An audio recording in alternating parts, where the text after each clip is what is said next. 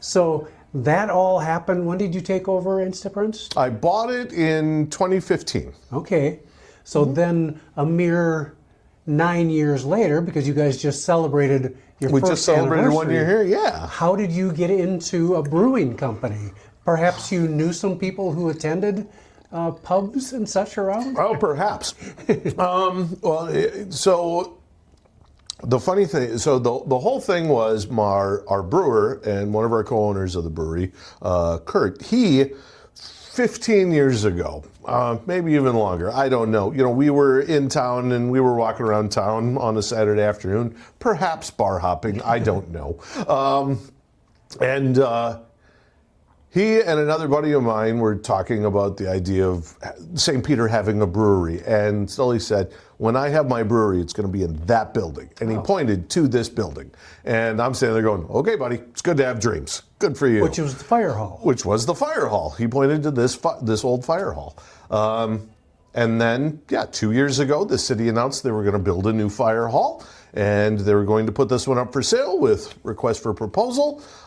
I didn't know that until Kurt called me and said, you need to buy me this building so I can open my brewery. And I said, hold on, buddy. This is the first I'm hearing of it. Yeah. Let me call the banker. The banker said, sure, let's figure it out. And I'm like, banker, you were supposed to say no. Come on now. No. So we started the process, and we were fortunate enough to work with the city, and the city was ultimately decided to choose our proposal.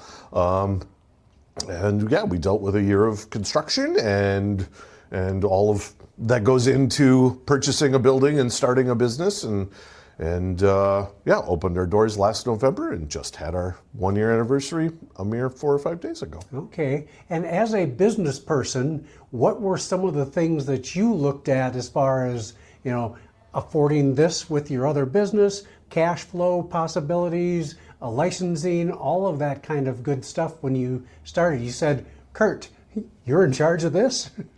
Kind of, but not really. So there are 3 owners. There are 3 of us, and it's nice we all have different skills and different abilities. So we're all able to tackle certain parts of the business, which is very nice. One thing that, the starting of it was, 1, was there enough cash? 2, how is cash flow going to work? Now, what I've realized and learned, because Instaprints wasn't a startup, and everybody looks at me and goes, well, you're a successful businessman. Well, I just kind of kept running a successful business and managed not to tank it, but keep it successful.